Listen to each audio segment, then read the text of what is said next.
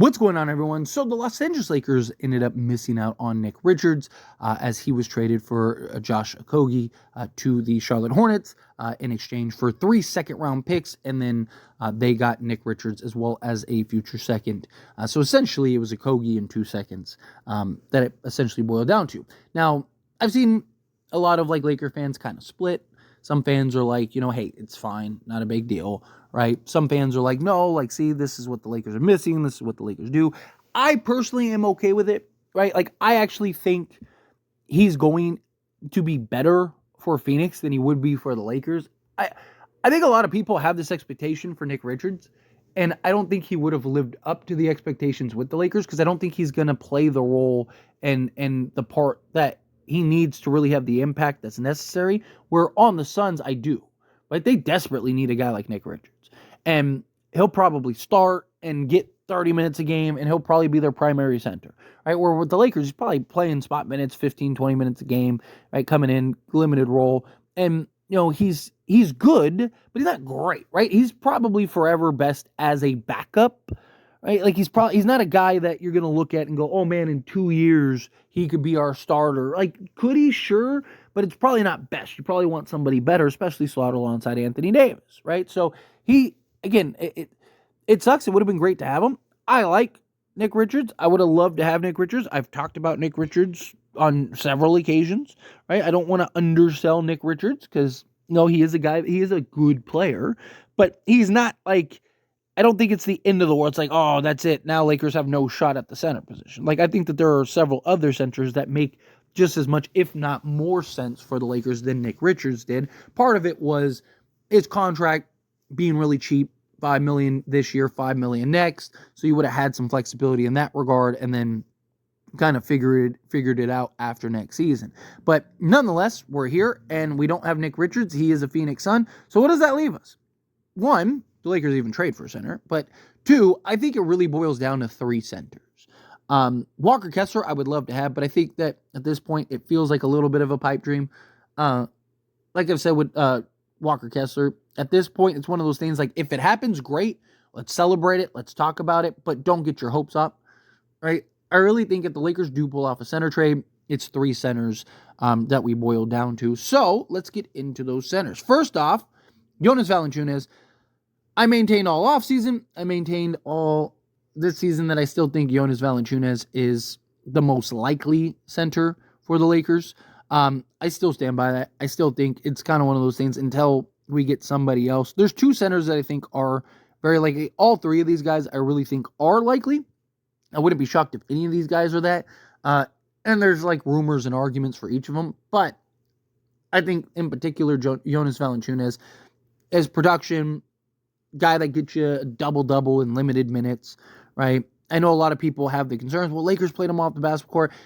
Again, big difference between a guy that you're looking to play 30 to 35 minutes a game in the playoffs and be your primary center, and a guy that you're looking to play 15 to 20 minutes and a backup role. And, it's not the same thing. Right. And then also we need the rebounding and his versatility on the offensive side and just kind of being that settler, being a guy that can just kind of settle things down, put you in proper position when Lakers go on these scoring droughts that we see. Be nice to have a guy you could just dump the ball down to and he could just go to work and get an easy basket or get to the foul line, knock down that. Also stretches the floor a little bit. Obviously, defensively, not ideal, but not really those defensive juggernauts outside of Walker Kessler. Not really that defensive monster that you'd be looking for at the center position that's available. Miles Turner would be great, something like that, but he's not available. So it's just about what's available. So Jonas Valanciunas is a guy that I do think makes a lot of sense. Got him under contract this year, and then next year, and then that 3rd year is non-guaranteed. So you essentially could have an expiring contract next season to trade or, just kind of ride it out or waive him if you needed to free up some cap space or, in 2 years, right? Time will tell. We'll see. But next up, Nikola Vucevic. Now, he is the best center that the Lakers could get. Supposedly, he can be had for 2 seconds, which would be huge. His concern is 34 years old. When does he start having the decline? When does he start, acting his age?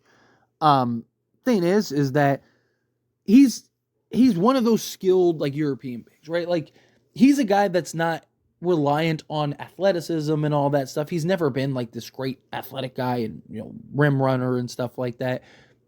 He's a guy that again is more traditional but can stretch the floor and knock down the three ball. He's having an excellent 3-point shooting season, a legit 20 and 10 guy that can shoot 55 to 60% from the floor. Guy again, another settler. Like I talked about with Jonas Valanciunas, it gives you a guy that can really settle things down, settle things in. A lot of the same things with Nikola Vucevic. He's a guy that you can just dump down and he can just go to work, get the basketball. He's a guy that gonna help alleviate the rebounding. Defense is a concern and an issue, but you could have Anthony Davis as your help defender.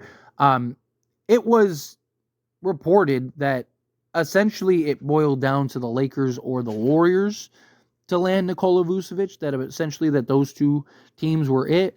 Warriors have seemed to have waved the white flag, right? So if that's the case, then I really do think Nikola Vucevic is very likely to be a Laker now, because the Lakers wouldn't have that competition. Could somebody else come out of the woodworks, or could the Lakers not, maybe pivot and go a different direction? Sure, that's always a possibility, but kind of be on the lookout for Nikola Vucevic. Lastly, Sharpe, who I think is, if it's not Jonas, I think it's Dayron.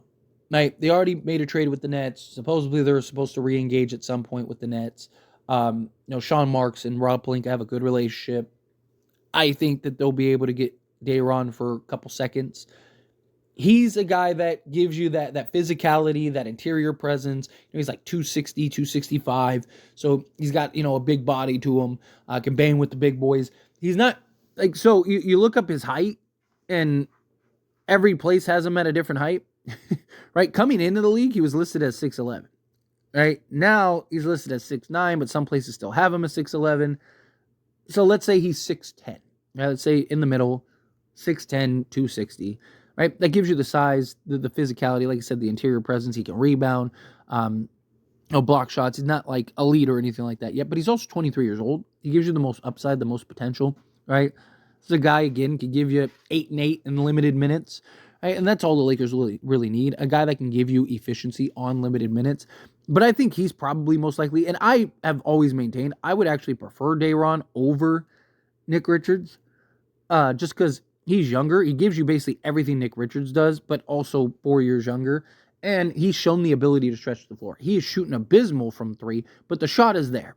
It's just working on that and developing that shot to where he can be a serviceable 3-point shooter. All right, so you have all the tools there that you could want and need from a guy in Dayron Sharpe. I really think can make an impact for this Lakers team. But anyway, as always, this is a discussion. Pass the question on you. Let me know your thoughts and opinions down in the comments below. What do you think? How do you feel? What are your thoughts? Do you like the idea of any of these guys? You think no? Kind of mixed in the middle. However you feel, whatever your thoughts are, I'd love to hear it. So let me know down in the comments below. That being said, if you haven't liked this video, hit that like button. Helps me a lot. It's me enjoy these types of videos, and I truly appreciate it. Not subscribe channel, hit that subscribe button. Turn on the bell notifications. Appreciate y'all. See you in the next one. Thank you.